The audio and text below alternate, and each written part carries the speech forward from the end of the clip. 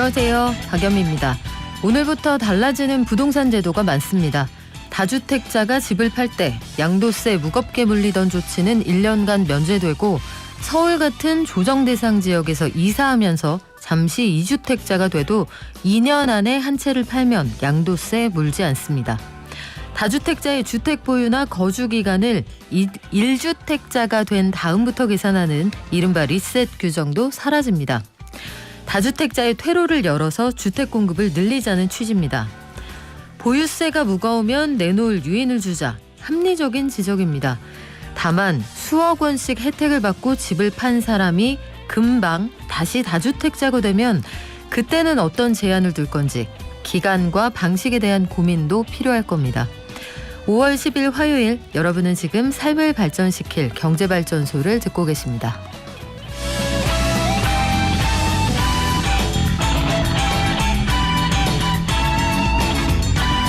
앞서 말씀드린 새 정부 출범 이후에 달라지는 부동산 제도들 한번 정리해드리고요. 우리나라가 미국이 주도하는 경제협력체 IPEF 인도태평양 경제 프레임워크에 합류하기로 했다. 이 소식도 들어와 있습니다. 어제 이창양 산업통상자원부 장관 후보자 인사청문회가 있었는데 전기요금, 탈원전, 또 통상정책에 대한 입장이 나왔습니다. 어떤 내용인지 함께 전해드리고요. 중국의 봉쇄 여파가 본격적으로 경제 상황에 나타나고 있다. 이 소식도 들어와 있네요. SK에서는 계열사 간의 다른 행보가 눈길을 끕니다. SK 쉴더스 상장을 잦은 철회했다. 이 상황에서 토종 앱마켓 운영하는 원스토어는 상장 계획대로 한다고 합니다. 또 비트코인 값이 반년 만에 반토막이 났다고 하는데 다양한 경제 소식 한국경제신문의 구민기 기자가 전해드립니다. 오늘 증시 좀 어려울 것 같죠? 간밤 뉴욕 증시 힘들었습니다. 증시 들렀다가 새 정부 출범 특집 마련했는데요. 홍춘욱 이코노미스트와 함께 새 정부의 다양한 경제정책 짚어보고요. 많은 분들이 관심 가지고 계실 부동산 시장 하반기에는 어떻게 흘러가게 될까요? 함께 전망해 보겠습니다. 저희 방송 중에 단문 50원, 장문 100원, 샵 0951로 받고요. TBS 앱, 유튜브도 열어주겠습니다.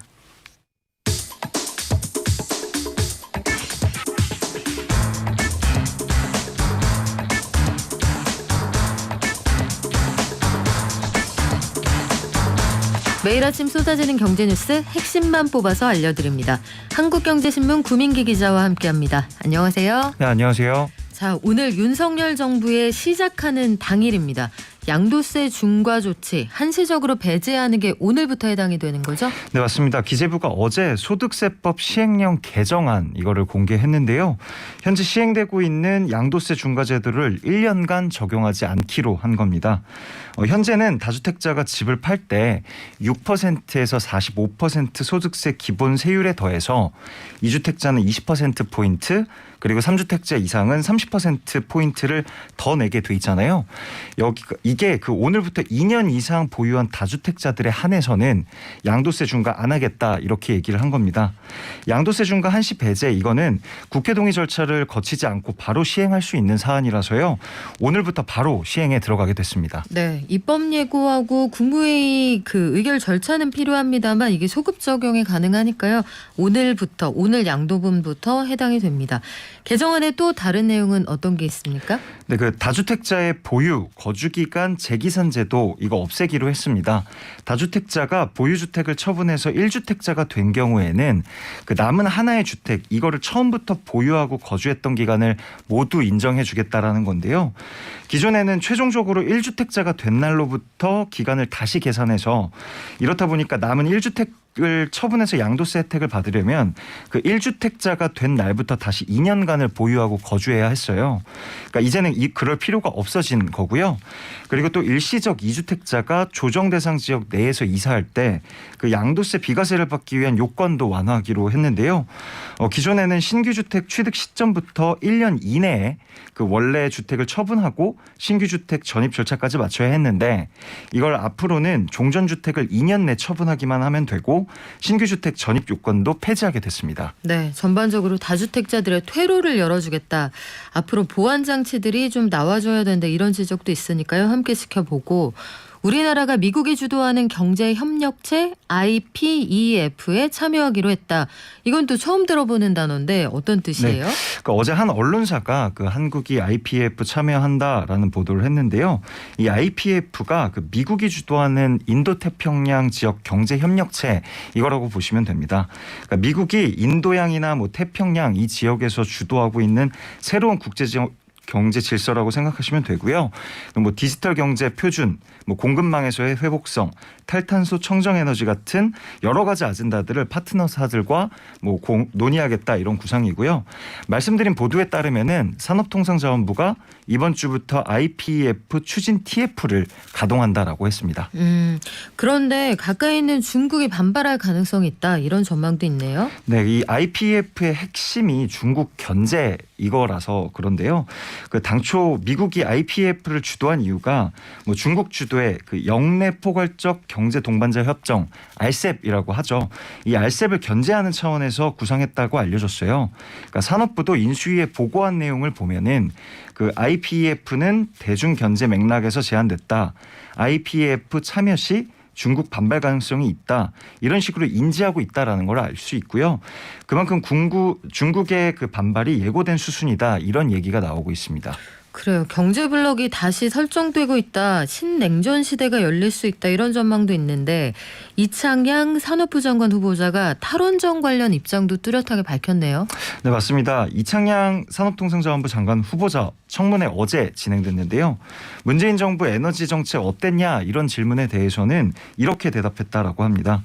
장점은 신재생 에너지 보급이 많이 된 것이고 미흡한 점은 탈원전의 급속한 추진으로 원전 생태계나 전력 수급 안정성에 우려가 생긴 것이다. 이렇게 얘기를 했고요. 그러면서 균형 잡힌 에너지 믹스를 실현하고 그 과정에서 다양한 의견 수렴하고 절차적인 정당성을 확보하는 데 만전을 기하겠다. 이렇게 덧붙였다고 합니다. 자, 근본적인 에너지 정책의 방향성이 좀 바뀔 거다. 이건 충분히 감지가 되는데 전기요금 관련해서 원가주의를 채택하겠다라고 했었잖아요. 이건 어떻게 한답니까? 그 원가주의에 대한 소신을 또 다시 한번 밝혔는데요. 중장기 기본 원칙은 원가를 반영하는 시장 원리를 반영하는 그런 가격 방향이 맞다 이렇게 얘기를 한 겁니다. 그러면서 한국전력 적자가 올해 많이 늘어날 것인데 이를 그대로 방지하면 공기업 적자가 커질 것이고 이는 국민 부담이 된다 이런 발언도 했습니다. 그러니까 그 생활 물가라는 이유로 원가 반영 못하는 관행에서는 벗어나야 한다 뭐 이런 이야기입니다. 이게 뒀다가 나중에 한 번에 올리느냐 네. 그때 올리느냐 그 차이라는 건데 지금 물가가 워낙 높아서 이게 감당이 가능할까 현실적인 고민도 좀 필요할 것 같거든요. 네. 전기위원회라는 게 있는 모양인데 독립성을 강화하자 이 얘기는 왜 나옵니까? 네, 어제 이 후보자 청문회에서도 이 얘기가 똑같이 나온 건데요. 그 전기위원회 독립성, 전문성 강화하는데 동감한다. 뭐 이런 멘트를 했어요. 그러니까 현재 전기요금을 결정하는 과정을 살펴보면 전기위원회가 기재부 장관과 사전 협의를 하고 그리고 전기위원회가 그것을 결정해서 산업부 장관의 허가를 받아야 하는 그런 구조인데요. 이렇다 보니까 전기요금 올라야 하는데도 뭐 정치적인 이유나 뭐 물가 관리 차원에서 사실상 동결된 적이 굉장히 많이 있다라고 얘기가 나오고 있어요.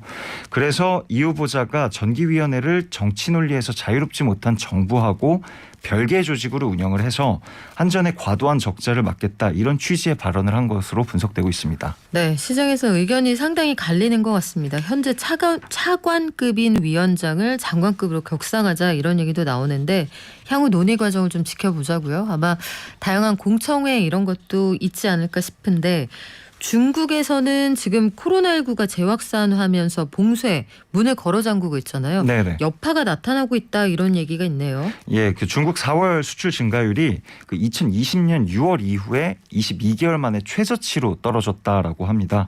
그 중국 해관 총소가 어제 4월 수출이 2,736억 달러로 전년 대비 3.9% 증가했다고 발표했는데요. 그러니까 코로나 사태가 좀 심했었던 2020년 6월 이후 최저 수준이고 보이고요. 그러니까 중국이 말씀해 주신 대로 그 제로 코로나 정책 고수하면서 이런 결과가 나타난 것으로 분석되고 있습니다. 그러니까 중국이 코로나를 박멸하겠다고 하면서 상하이도 봉쇄하고 뭐 반도체, 배터리, 자동차 같이 뭐 핵심 제조업 공장을 중단시키는 정책을 펼치고 있잖아요. 이게 앞으로도 이러한 상황이 지속될 것으로 전망되고 있어서 중국 경제가 어디까지 나빠질지 모두가 좀 약간 관심이 집중되고 있습니다. 이번에 우리 증시로 가볼까요? SK 스퀘어라는 회사의 자회사 원스토어가 사실 우리 토종 앱마켓입니다. 우리가 상대적으로 좀 사용 빈도가 덜하기는 합니다만 예. 이런 가게가 있는데 상장을 하려고 했잖아요. 예. 여기도 좀 철회하지 않겠느냐 이런 전망이 있었는데 원한대로 간다 이런 입장이네요. 네, 맞습니다. 어제 이재환 원스토어 대표가 직접 나서가지고 IPO 관련해서 미디어 간담회를 열었는데요. 그러니까 여기서 상장 철회할 계획 없다. 원스토어는 앞으로 성장할 가능성이 굉장히 크다. 이렇게 못을 박았다라고 합니다. 그러니까 아무래도 그 SK 쉴더스가를 의식한 발언으로 분석되고 있어요. 그러니까 어제도 방송에서 전해드렸는데 그러니까 SK 쉴더스가 그 원스토어하고 같이 SK 스퀘어의 자회사예요. 그러니까 고평가 논란으로 엊그제 상장을 철회했는데 이게 이 두 회사가 같은 자회사고 시장 상황이 너무 안 좋다 보니까 원스토어도 상장 안 하는 거 아니냐 이런 우려가 퍼졌었는데 여기에 대해서 대표가 나서서 그런 거 아니다. 뭐 이렇게 진화에 나선 것으로 보이고 있습니다. 우리가 사실 앱스토어 하면은 플레이스토어 이용하셨던 네네. 분들 많을 텐데 원스토어 이건 어떤 회사입니까? 이게 국산 플랫폼 그러니까 앱마켓이라고 보시면 되고요. 그 말씀해 주셨던 뭐 구글 플레이 스토어나 애플 앱 스토어 같이 글로벌 앱마켓들하고 경쟁자라고 보시면 됩니다. 그러니까 2018년 3분기부터 지난해 말까지 14분기 연속 성장을 달성했고요. 지난해 1조 1,319억 원 거래액을 기록하기도 했습니다. 이 회사는 우리가 상장하면서 이 정도 주가 평가를 받고 싶습니다. 한 가격이 얼마예요? 그러니까 이게 공모 희망가가 주당 34,300원에서 41,700원을 이야기를 했고요. 그리고 상장 후 기업 가치는 상당 기준에서 약 1조 1,111억 원입니다. 그러니까 이날 이재환 대표가 그 공모가 고평가 우려도 나왔는데 여기에 대해서도 뭐 현재 공모가도 상당한 할인율로 반영이 돼 있다. 뭐 적절한 공모가라 생각한다. 뭐 이렇게 얘기를 하기도 했습니다. 굉장히 자신감이 있는 상황인데 네. 최근 들어서 IPO 하면 1조 원이 우습게 넘어가는군요. 이렇게 단위가 참 높아졌다는 생각도 들고 시장 반응이 궁금하기도 합니다. 비트코인 가격 저희 오랜만에 전해드리게 되는데 증시가 어려울 때 비트코인도 보통 어렵잖아요. 네네. 지금 가격이 어떻습니까? 그러니까 비트코인 가격이 오늘 오전 9시 기준으로 3200달러 기록하기로 됐습니다. 많이 떨어졌군요. 네, 31,000달러 선도 무너진 건데요. 네. 이게 3개월 새 최저치로 추락하게 된 거라고 합니다. 그러니까 정말 흘러내린다라는 표현이 나올 정도로 계속 나빠지고 있는데 지난해 11월 21일 최고점이었던 뭐 69,000달러 여기서 50% 이상 빠졌다라고 볼 수 있을 겁니다. 주변에 투자자들 보니까 비트코인이 녹는다 정말 그런 표현도 하시더라고요. 날씨 풀리니까 녹는다. 왜 그렇게 값이 떨어집니까? 아무래도 그 약세가 지속되는 게 그 미국 금리 인상이 현실화됐다. 그리고 나스닥도 계속 떨어진다. 이런 얘기 때문에 그 비트코인도 떨어진다라는 얘기가 나오는데요. 그러니까 향후 가격도 더 빠질 것이다. 뭐 이런 전문가 전망들이 계속 나오고 있어요. 그러니까 암호화폐 전문 매체 코인데스크가 그러니까 어제 이번 하락을 두고서 뭐 비트코인의 새로운 하락세의 시작을 의미할 수도 있다. 이런 의미심장한 발언을 하기도 했는데요. 앞으로도 뭐 비트코인 가격 지지선이 3만 달러에서 형성될 것이다. 뭐 이런 전망을 하기도 했었습니다. 그래요. 워낙 가격이 급등락해서 뭐 단언하긴 어렵습니다만 장이 녹록지 않다. 이건 분명해 보입니다. 지금까지 한국경제신문 구민기 기자였습니다. 고맙습니다. 네, 감사합니다. 코로나19 사회적 거리두기 해제되고 이제 마스크도 특정한 공간, 특정한 상황에서만 착용을 하시는데 그래도 기본적인 방역수칙 계속 지켜주시기 바랍니다. 개미 한 마리, 개미 두 마리, 개미 세 마리가 사과를 들고 하나, 둘, 셋. 영차, 한밤 뉴욕 증시 그리고 오늘 우리장 전망해 보겠습니다. 키움증권의 한지영 연구원 연결돼 있습니다. 안녕하세요. 네, 안녕하세요. 간밤 뉴욕 증시 좀 무서웠어요. 그 상황부터 좀 전해주시죠. 네, 계속 상황은 좋지가 않네요. 그래서 전체적인 시장 흐름을 정리해 보면은 일부 연준 위원들이 현재의 불안에 대해서 사태 진화성 발언을 했습니다만 지금 시장 참여자들은 인플레이션 및 그에 따른 경기 침체 우려, 또 중국 상해 지역의 봉쇄 조치가 재차 강화될 것이라는 불안감, 이러한 요인들에 주목을 하면서 미국 증시는 결국에는 급락세로 마감을 했습니다. 그리고 나스닥이 어제 전거래일 대비 4.3% 정도 급락을 했는데 현재 고점 대비 약 27%가량 급락하면서 2020년 3월 코로나 팬데믹 당시 하락폭이었던 마이너스 30%에 준할 정도의 충격을 받고 있는 게 현재 미국 증시가 당면한 현실로 보시면 될 것 같습니다. 그래요. 그런데 애틀랜타 여는 총재가 우리 0.5%포인트 금리 올린 것만도 과도하다. 0.75%포인트 이건 좀 너무 나간 얘기다. 이렇게 사태를 좀 진화하고 있는데도 그 소위 말해서 말빨이 먹히지 않는다. 이런 장인 것 같기도 하고요. 예, 그래서 저는 최근 증시 이러한 폭락의 주요 본질적인 원인은 지난해 인플레이션을 일시적이라고 오판한 데 이어서 5월 FOMC가 끝나고 나서 연준에 대한 시장의 불신이 높아졌다는 데서 찾아볼 수 있습니다. 그래서 지난번에도 한번 강조를 드렸었는데 5월 FOMC에서 연준은 공급 측면의 인플레이션은 우리 손밖에 벗어났다라고 간접적으로 시인함에 따라 이제 투자자들은 연준이 50bp 이상의 공격적인 금리 인상으로 수요 측면에서 물가 압력을 낮출 수밖에 없다는 우려를 하고 있는 것으로 보입니다. 그리고 그 과정에서 침체가 발생할 것이다 라는 불안감들이 현재 주가에 반영되고 있는 것으로 저는 판단을 하고 있고요.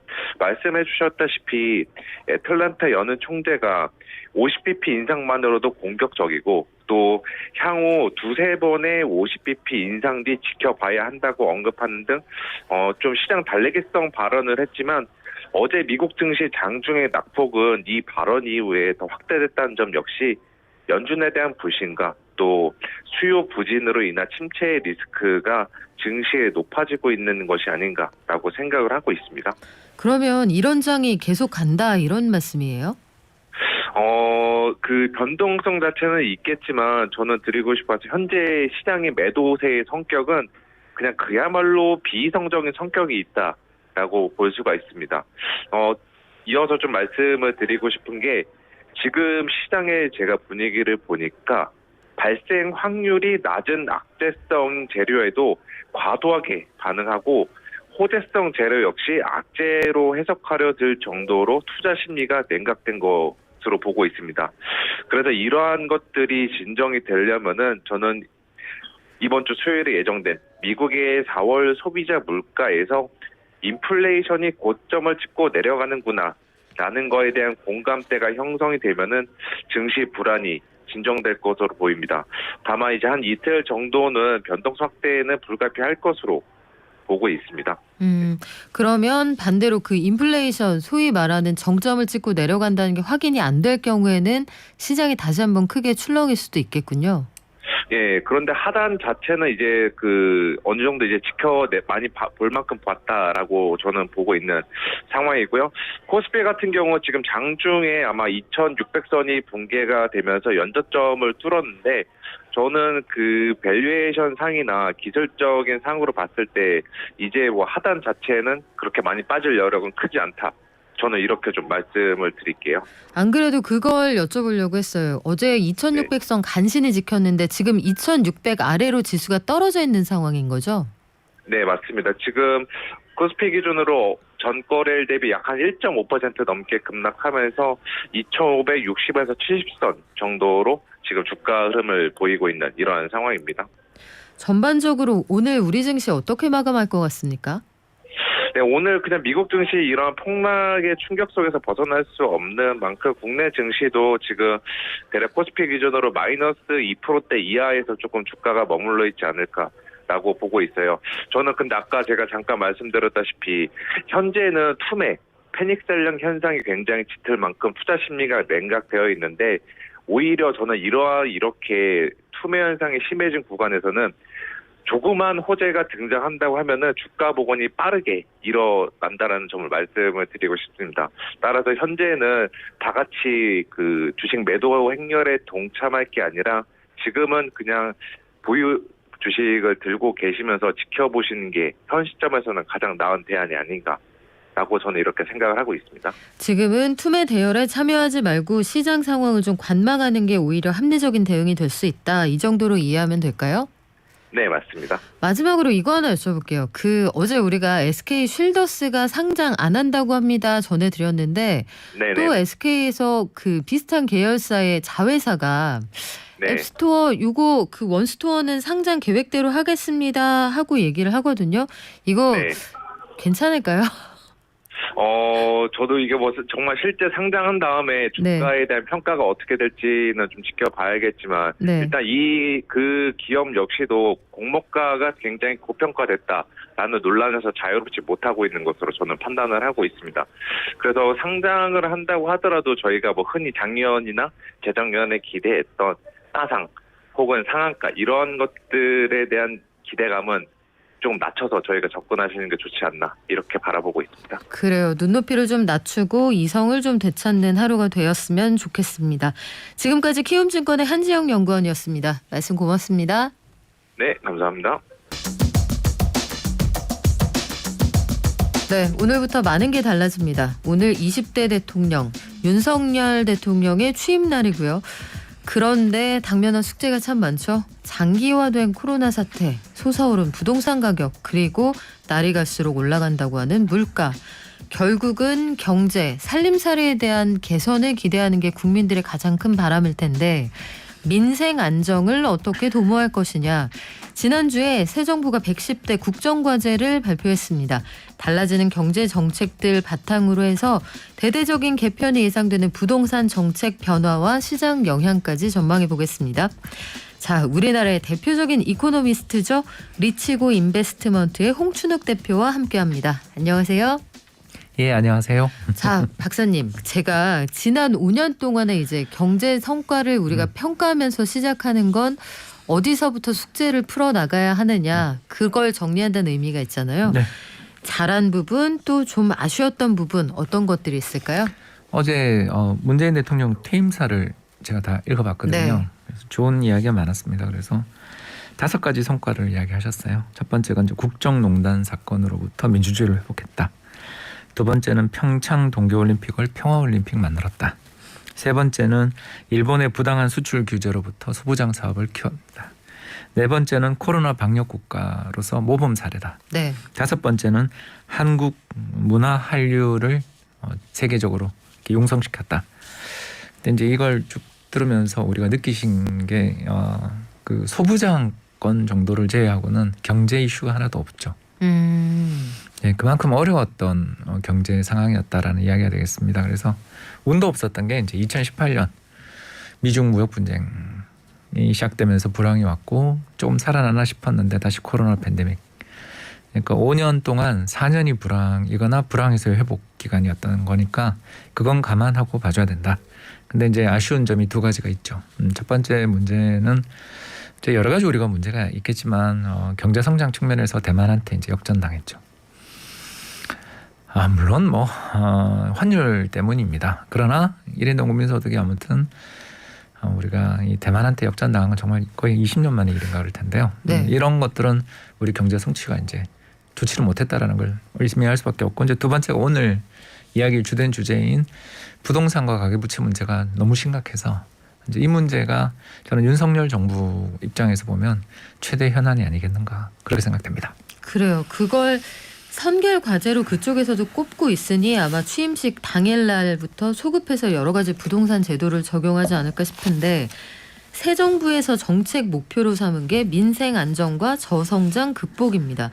대표님 보시기에 우리나라에서 민생 안정, 저성장 극복 이거 뭐 다들 하고 싶었지 않겠어요? 역대 정부에서도. 그런데 지금 제일 먼저 풀어야 될 숙제가 있다라면 첫 손에 꼽을 게 어떤 게 있을까요? 예, 가계부채 문제입니다. 가계부채. 네. 지금 GDP 규모를 넘어선다고 하는 네. 가계부채. 네, 그래서 뭐 1,900조 정도 전후가 되는데요. 우리 1년 GDP가 또 2천조 원 정도니까 GDP 거의 100%이고요. 그리고 또 BIS를 비롯한 세계 각국에서 나오는 그 부채를 정리한 기구들이 있는데 네. 거기서 보더라도 이제 북유럽의 몇 나라를 빼면 우리가 세계에서 제일 GDP 대비 부채 비율이 가계 부채 비율이 높은 나라입니다. 그러니까 안 그래도 기업 부채 비율도 높은 나라인데 가계 부채 비율까지 올라가 버리는 그런 상황이 펼쳐졌기 때문에 이제 이게 왜 무섭냐면 금리가 이제 앞으로 올라간다면 그리고 더 나가서 이 가계 부채를 주도한 게 어디냐 하면 전세자금 대출이거든요.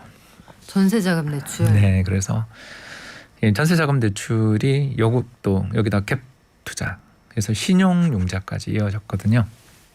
그러니까 레버리지 투자들이 주식도 많이 갔고요. 지금 주식이 오늘 아까 잠깐 한지영 연구원하고 이야기하셨지만 네. 신용 청산 중이잖아요. 지금 아, 돈을 빌려가서 주가 폭락하면 갚지 못하고서 마진콜이라고 부릅니다. 추가적으로 돈을 입금하지 않으면 오늘 반대매매 나갑니다. 라는 거죠. 근데 이 사실은 금융권에서도 그런 게 증권사나 저축은행만 있는 게 아니고 은행도 가능하거든요. 뭐냐 하면 마이너스 통장을 많이 만들었죠. 그렇죠. 그리고 마이너스 통장이라는 게 은행들 입장에서는 좀 리스크가 수익은 좋지만 리스크가 있는 자산이니까 이거 만일 연체가 리스크가 있다고 생각되면 금리를 크게 올리거나 혹은 대출 규모를 축소 또는 만기 연장 안 해줄 수도 있죠. 그거 우리 많이 경험했거든요. 저도 외환위기 때 경험했던 기억도 있고요. 자, 이런 일들을 우리는 알고 있기 때문에 그런 식으로 갭 투자 앤드 신용이 결합된 그러니까 그런 하이 레버리지라고 저희들 부르는데 집을 사면서 자기 돈은 10% 20%도 안 들어간 그런 투자들이 작년에 엄청나게 많았는데 이거 앞으로 어떡할 거냐. 이거에 대해서 지금 가장 고민이 많으실 거라고 생각합니다. 근데 아마 언뜻 들으시기에는 두 가지 질문이 있을 수 있을 것 같아요. 한 가지는 작년에 대출할 때 엄청 깐깐하게 해줬으니까 이 차주별로 갚을 수 있는 능력을 봤을 거다. 갚을 만한 사람한테 신용이 단단한지 뭐 담보가 있는지 이런 거 보고 빌려주지 않았겠습니까? 이런 걸 좀 물어볼 수 있을 것 같고요. 다른 한 가지는 다른 나라는 가계의 장부가 마이너스 되는 대신에 정부의 빚이 많이 늘어났다. 우리는 그냥 여기서 마이너스가 왼쪽 칸에 적히느냐 오른쪽에 적히느냐 그 차이 아니냐 이렇게 반론하는 분도 있지 않을까요? 정말 뭐 제가 박연배 경제발전소에 출연하는 이유가 이것 때문인데 이거 지금 돌발 질문이시거든요. 네, 맞아요.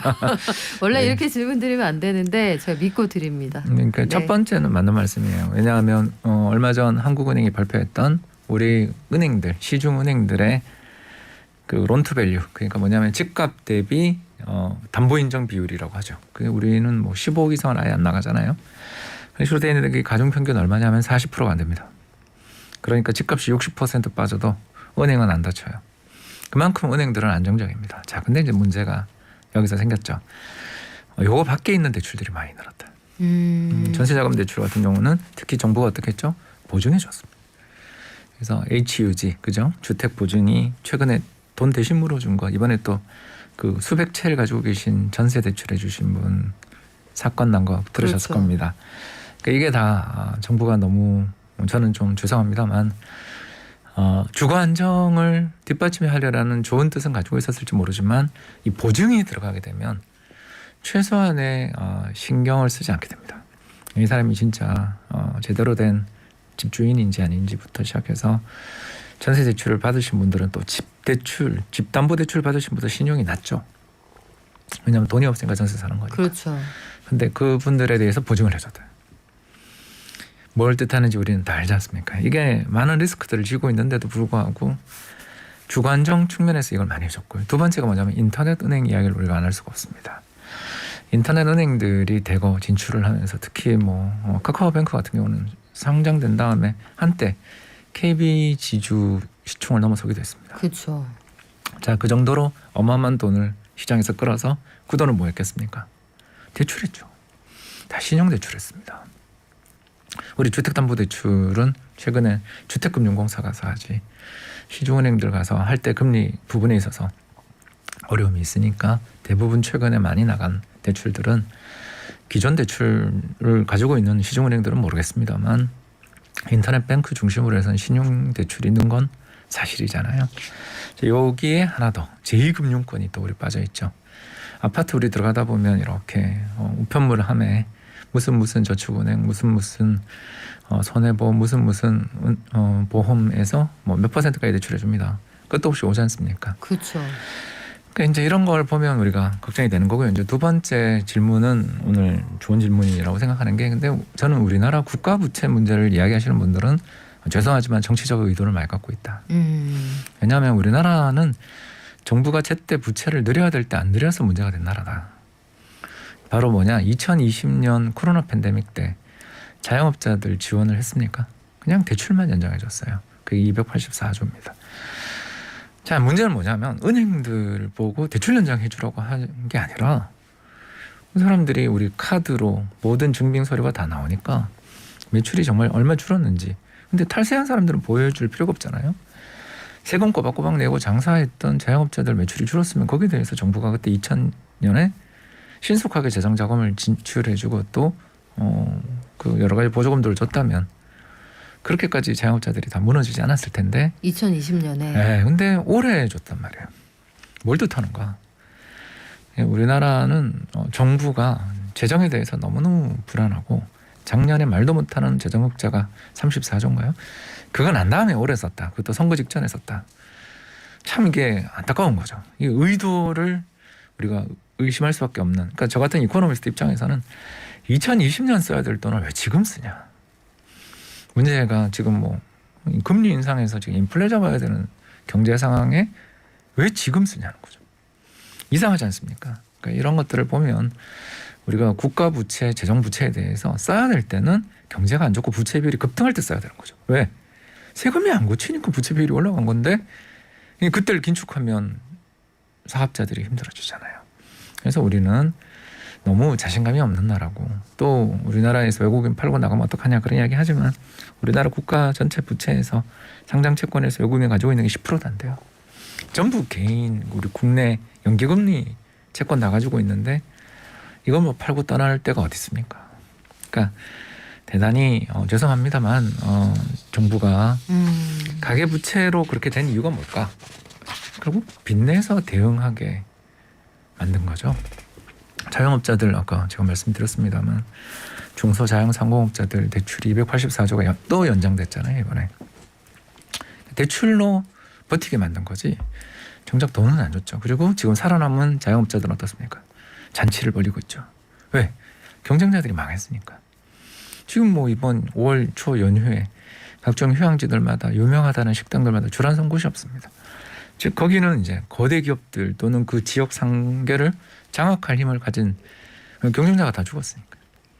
이런 것들을 우리 생각할 때 저는 윤석열 정부도 시혜적인 그런 어떤 재정정책, 뒤늦은 재정정책을 쓰겠다는 그런 생각들은 좀 적고, 문제의 본질은 정부가 돈을 안 쓰는 바람에 가계가 부채를 엄청나게 일으켰는데 그 과정에 그 돈이 부동산 들어갔다. 아, 그래요. 가계부채 문제를 가장 심각한 대응할 숙제 이렇게 꼽아주셨고, 적기 지원이 이루어지지 않았다. 여전히 논쟁이 있는 부분이에요. 그리고 새로운 정부의 경제사령탑 그리고 한국은행 총재의 입장도 정부 재정을 튼튼히 해야 한다. 상대적으로 그쪽으로 가 있어서 앞으로도 논박의 거리가 상당히 많을 것 같은데, 물가가 하루가 다르게 오르고 있거든요. 그렇습니다. 사실은 물가 수준에 대한 전망은 전 세계 모든 유력한 기관이 다 틀렸습니다. 미국 연준도 마찬가지고요. IMF, OECD 할 것 없이 다들 예상 밖의 고물가 상황을 직면하고 있는데, 이번에 그 새 정부가 가지고 있는 딜레마 중에 하나가 대규모 추경을 통해서 소상공인 자영업자를 지원하겠다라고 하지만 이 돈이 풀렸을 때 물가가 올라가면 더 어려워지는 거 아니냐, 이런 반론도 있거든요. 네. 이 상황은 어떻게 봐야 예, 됩니까? 저도 반대입니다. 반대. 네, 지금 한국은행이 금리를 인상하고 있거든요. 금리를 인상하고 있는데 작년에 안타깝게도 2020년에 돈을 썼어야 될 돈을 지금은 왜 쓰는가? 그러니까 정책은 타이밍이잖아요. 그 돈들을 뿌리면 경제가 올해 아까 잠깐 설명했지만 리오픈되면서 지금 혹시 홍대 밤거리를 한번 가보시길 바라고요. 이게 차가 운행을 할 수 없을 정도로 젊은이들이 나와 있습니다.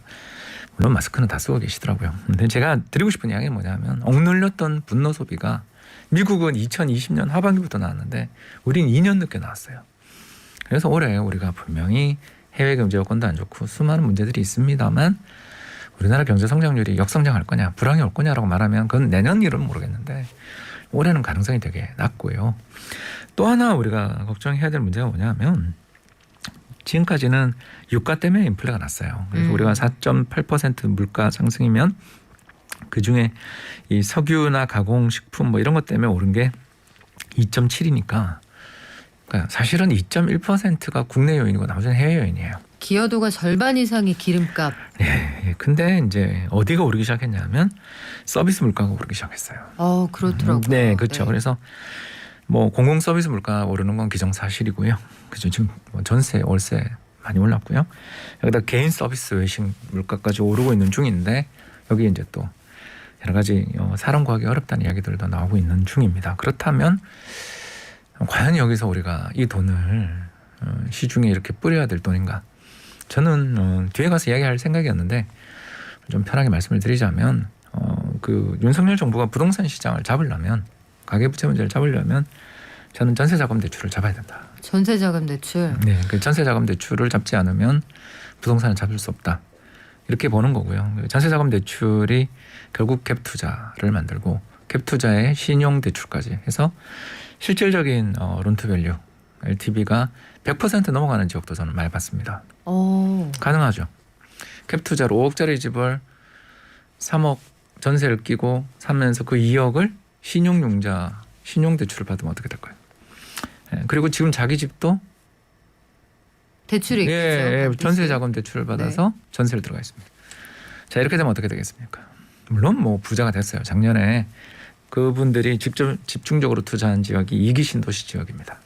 2기 신도시 지역들은 작년에 대부분 30% 이상 올랐습니다. 그러니까 성공했어요. 근데 이제 문제가 이제 작년 초에 산 사람도 있고 후반에 산 사람도 있거든요. 근데 지금 금리가 이렇게 올라가고 또 더 나가서 부동산 시장에 버블이 이렇게 심한 상황에서 계속 내버려 둔다면 이제 문제를 지연시키는 거고 그 문제를 지연시키는 뒤끝은 결국은 연쇄적인 어떤 악순환이 생길 수 있잖아요. 그러면 결국 전세를 막아야 되는데 전세 대출이 지금 이 모든 문제의 유동성의 골인데 전세를 막고 그러면 월세를 가라라고 하면 다행히 월세 이율이 굉장히 지금 떨어지고 있으니까 그건 괜찮은데 문제는 지금까지는 전세라는 게 어떤 거냐면 집주인한테 우리가 전세를 들어가면서 무이자 대출해 주는 거잖아요. 그렇죠. 그죠? 그렇지 않습니까? 근데 대신에 이제 매월 자기가 월세를 줘야 되니까 손해로 볼 수도 있고 현금 흐름이 막힐 수도 있으니까 더 나가서 우리가 전세라는 게 결국은 집을 사기 위한 중간 징검다리의 역할들을 하니까 이런 여러 가지 문제가 있어서 지금까지 정부는 아주 손쉬운 주거 안정 대책으로 전세자금 대출을 활성화하고 보증을 해줬다가 이제 이 2021년에 이 어마어마한 버블을 일으켰단 말이에요. 자, 그렇다면 그대로 할 수 있는가? 그걸 꺼야 되는데 월세로 가게 되면 당장 소득이 줄어들어서 불황이 올 수 있으니까 그에 대해서 예를 들어서 우리가 이렇게 재정이 남아돈다면 그렇지 않습니까? 월세에 대한 보조금을 준다든가 또는 세액 공제를 해준다든가 월세에 대한 지원을 늘리고 전세 수요를 좀 줄일 수 있는 방안을 고민해봐야 된다. 가계부채 대책의 첫 번째로 꼽아주셨는데 오늘 교통 상황 여러 가지로 어렵다고 합니다. 교통정보 잠깐 듣고 와서 앞으로 구체적으로 뭘 어떻게 하면 좋을지 홍춘욱 박사님과 계속 알아볼게요. 네, 우리 전세자금 대출이 가계부채를 늘리는데 굉장히 큰 역할을 했다. 이 부분에서 가계대출의 그 비정상적인 확대를 좀 잡아야 한다라고 말씀을 해주셨는데 고민이 돼요, 박사님. 당장 추경만 해도요. 지금 정말 다 죽겠다 이렇게 호소하시는 분들이 많아서 지원금만 기다리시는 분들 많거든요. 근데 이 상황에 대규모 추경은 하면 안 되고 가계대출 고민이 되니까 전세자금 대출 이런 거 잡아야 된다라고 하면 아마 그 정책은 인기가 없을 가능성이 큽니다. 요거 새 정부가 할 수 있을까요? 저도 현실적으로 어렵다고 봅니다. 특히 선거가 3월에 있어서 5월에 출범했잖아요. 이미 올해 예산안은 작년에 다 만들어졌어요. 과연 그러니까 이게 가능하겠는가에 대해서 질문하는 건 저도 뭐 박윤미 앵커 말씀에 동의하고요. 근데 지금부터 이걸 이야기를 해놓지 않으면 곧 9월에 또 정기국회에서 국감 바로 뒤가 내년 예산안 편성입니다. 불과 6개월도 안 남았어요. 그러네요. 6개월 반년도 안 남았어요. 남았네요. 예. 지금 이야기를 안 하면 내년도 못 하는 거거든요. 그때도 예산 없으니까. 그러니까 이런 부분에 대해서 우리가 좀 고민을 해보자라는 이야기였고, 또 하나 문제가 뭐냐면 작년에 이제 우리나라 전국 아파트 가격이 20.2% 올랐는데 이거보다 더 많이 올랐던 해가 2002년 카드 버블 때입니다. 그때 LG 카드가 결국은 역사의 뒤안길로 사라졌던 해죠. 그래서 금융기관 살리려면 금리를 인하해야 되는데 또 500만 신용불량자들을 살리려면 금리를 인하해야 되는데 그 불똥이 부동산에 튀었죠. 그래서 그 뒤로 5년간 오르면서 버블 7 장세까지 갔습니다. 이걸 우리는 알고 있죠. 따라서 일단 지금 가계부채 문제와 여러 가지 경제가 어렵다라는 문제들에 대해서 어디에 무게를 둘 것인가를 DJ 정부는 500만 신용불량자 문제를 해결하고 금융위기를 해결하는 쪽에 무게를 뒀기 때문에 집값이 오르는 것을 용인했던 거죠. 어떻게 보면. 자, 그렇다면 우리는 어디가 더 급한가? 이게 이제 안타까운 정책의 선택이고요. 이제 또 하나 더 말씀드리자면, 자, 사람들을 살리는 게 돈을 푸는 것으로 살려질 수 있는가? 그것도 가능하겠죠. 근데 제가 아까 이야기했던 것처럼 살아남은 분들은 정말 어떻게 보면 특히 배송 속에서 어마어마한 호황을 누리고 계시는데 이미 쓰러진 분들이 일어나게 하는데 돈을 주면 그거 결국 빚을 갚는 데 쓸 뿐이고요. 자, 그럼 어떻게 해야 되나? 일자리를 만들어야 되는 거죠. 근데 일자리를 다들 만들고 싶어 하잖아요. 네. 뭐 우리도 그렇고 모든 정부의 공통적인 숙제인데 산업 구조가 이렇게 달라지는데 어디에서 어떻게 만들 수 있나요? 예, 그게 이제 우리가 두 가지 이야기를 할 수밖에 없는 게, 첫 번째, 저는 이제 이 이야기를 오늘 박연미 경제발전소가 아니고는 못할 거라고 생각하는데 오늘 제가 표를 하나 가져왔죠. 그래서 저는 문재인 정부가 제일 잘했던 정책 중에 하나 아까 빼먹었지만 그 소부장권이었다고 생각하는데, 그게 그쵸. 바로 뭐냐면 기업 연구개발 R&D 쪽에 투자를 정부가 연평균 증가율이 얼마냐면 무려 10.2% 올렸습니다. 잘한 거죠. 굉장히 잘한 거죠. 이게 우리나라 먹거리이지 않습니까? 자, 근데 이제 여기서 우리가 한 가지 문제가 있습니다. 우리가 누가 봐도 R&D가 필요하다는 건 알겠는데, 자, 그렇다면 그 R&D 들어갈 인력이 있다는 이야기 들으셨어요? 사람 부족하다는 얘기는 많이 들었습니다. 그렇습니다. 네. 그래서 저는 얼마 전까지 모 대학 경제학과 교수였잖아요. 근데 이렇게 수업을 하면서도 다들 힘들어하시는 게 그래서 이건 참 좋은 학문인데 뽑는 데가 없다. 왜냐하면 금융권이 안 뽑은 지 오래됐죠. 자, 또 금융권도 다 개발자를 뽑아요. 자, 어떻게 해야 됩니까? DJ 정부가 아까 이야기했던 걸 잠깐 이야기하자면, DJ 정부 때 우리가 IMF로 인해서 수많은 실업자들이 나올 때 그 수많은 실업자 문제를 어떻게 해결했습니까? 벤처 창업 육성과 재교육을 통해 해결하려고 했고, 그 과정에서 물론 다음 카카오, 네이버 같은 성과가 나오고 우리나라가 그래도 세계 1위의 이노베이션 컨트리, 즉 혁신 국가가 됐습니다. 네. 자, 여기 우리 이제 학령 인구 계속 줄어요. 학령 인구가 계속 줄어요. 그러면 우리가 교육 예산이 한 해 우리가 자원 배분이 얼마가 들어가냐면 84조 원이 들어가요. 우리나라 전체 예산에서 두 번째로 높은 품목입니다. 참고로 국방비에 비해서도 거의 30조가 많습니다. 그렇군요. 자, 이거 이제 계속 이렇게 쓸 거는 써야 돼. 교육에 투자하지 말자는 이야기가 아니라 이제는 벚꽃 피우는 순서로 대학 망한다면서요. 다 알고 있지만 아무것도 안 했어요. 자, 어떻게 해야 됩니까? 그러면 문과 쪽 나오자마자 고시 준비하러 달려가는 분들은 어떻게 해야 될까요? 재교육을 시켜야 되겠죠. 최적화해야죠. 그렇죠. 네. 공무원을 또 계속 많이 뽑을 수는 없어요. 왜냐하면 경직성 경비거든요. 자, 어떻게 해야 됩니까? 재교육해야 돼요. 개발자로 전환시키려면 어떻게 해요? 나라에서 돈을 대줘서 시험을 보게 해주고 전환을 시키게 해주고, 그리고 이쪽 즉 공부를 받으신 분들이 벤처나 IT 기업이 고용하면 나라에서 보조 좀 해주고. DJ 정부도 했던 겁니다. 아니, 어느 정부가 했던 거라도 좋은 정책은 갖다 쓰면 되는 거지. 그렇죠. 두 번째가 뭐냐면 우리나라 부동산 가격이 이렇게 급등한 이유가, 첫 번째가 아까 이야기했던 너무 과도한 저금리. 그건 뭐 코로나 때문에 어쩔 수 없었지만 레버리지 때문이었다 그랬잖아요. 두 번째 문제가 뭐냐면 집을 안 지었죠. 우리 지금 상암동 방송하면서 주변에 혹시 타워 크레인 보신 적 있습니까? 저는 못 본 것 네, 같은데요. 없습니다. 저도 출근길이 네. 서울을 거의 횡단하면서 오는데 반포 쪽에 조금 있는 거 말고는 아파트를 짓지 못하고 있어요. 뭐냐? 너무 강한 규제가 있었죠. 재건축 재개발 관련돼 있는 각종 진단, 안전진단 규제에다가 재건축 초과이익 환수까지는 이건 법은 바꿔야 되니 없으니까 힘들다 하더라도 분양가 상한제 같은 거는 이건 그 시행령이거든요. 이런 건 다 바꿀 수 있습니다. 그러니까 또 HUG 주도하에서 이루어졌던 여러 가지 어떤 각종 규제들 이런 것들을 풀기만 해도 재건축 재개발의 수익성이 되게 좋아져서 민간 부문에서의 주택 공급 활성화가 이루어질 가능성이 있고 이건 고용 유발 계수가 굉장히 높아요. 즉 우리나라 내에서도 우리는 물론 수출로 먹고 사는 나라니까 수출이 잘 돼야 되지만 지금 수출 전망이 어두울 때는 네. 내수 쪽에서 긋고 아까 이야기했던 가계부채 문제 등을 비롯해서 부동산 가격이 너무 지금 버블이 심하니까 이걸 잡기 위해서 유동성을 긴축하는 한편 주택 공급을 늘리는 정책을 쓰면 물론 이제 재건축 재개발 아파트가 오르는 건 양도세 중과 해제를 어제 벌써 했으니까 네. 뭐 그건 뭐 이미 끝난 문제니까 그래서 매물로 잡고 그리고 2-3년 기다리면 좋은 청약 기회 온다. 사전 청약 이런 거 말고요. 네. 그는 뭐 아시는 것처럼 2기 신도시 입주하는데 사전 청약 후에 10년 걸린 단지도 많습니다.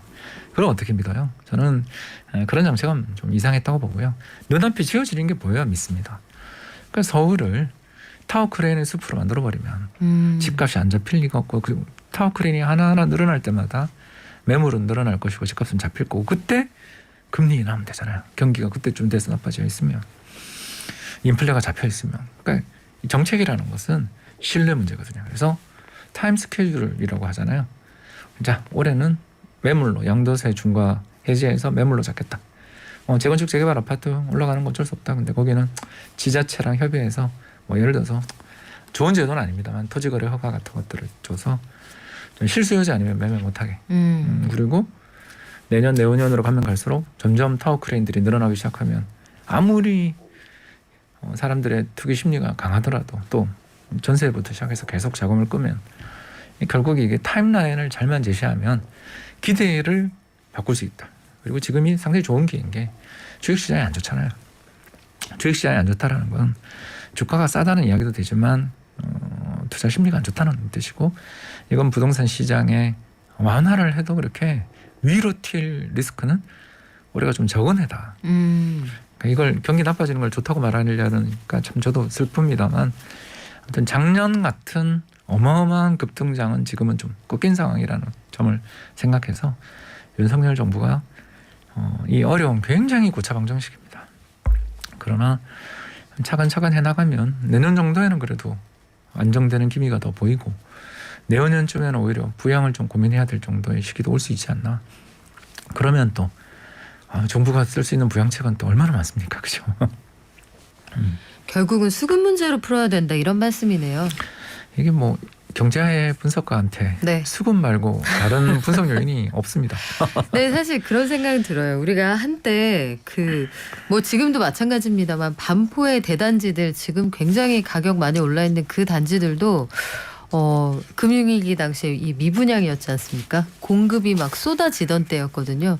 그때 당시에 금리가 상당히 높았기 때문에 대출받아서 사시려는 분이 많지 않았어요.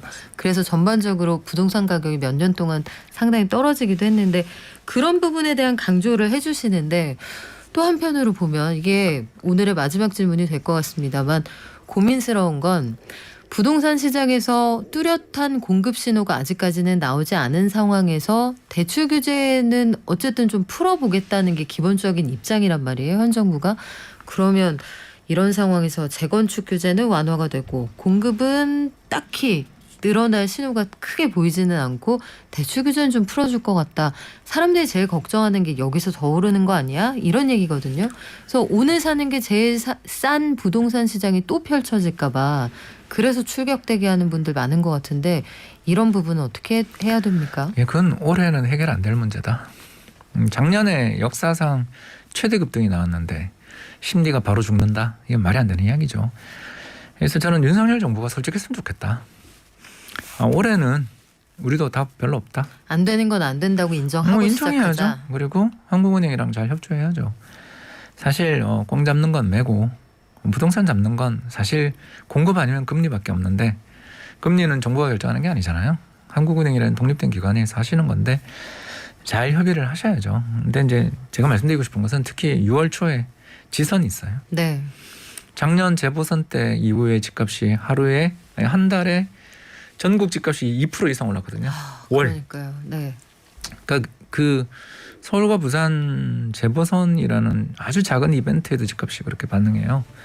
근데 6월은 전국 지선이잖아요. 그러면 이 리스크는 일단 수용해야죠. 우리가 잡았다 이렇게 이야기하는 건 내년에 이야기하셔도 된다. 구체적인 타임라인을 제시하고 시장의 신뢰를 회복하자. 오늘 말씀 이렇게 정리가 될 것 같은데요. 찬찬히 들어보시면 굉장히 많은 힌트를 주셨습니다. 지금까지 리치고 인베스트먼트의 홍춘욱 대표와 함께했고요. 저는 내일 9시에 다시 오겠습니다. 발전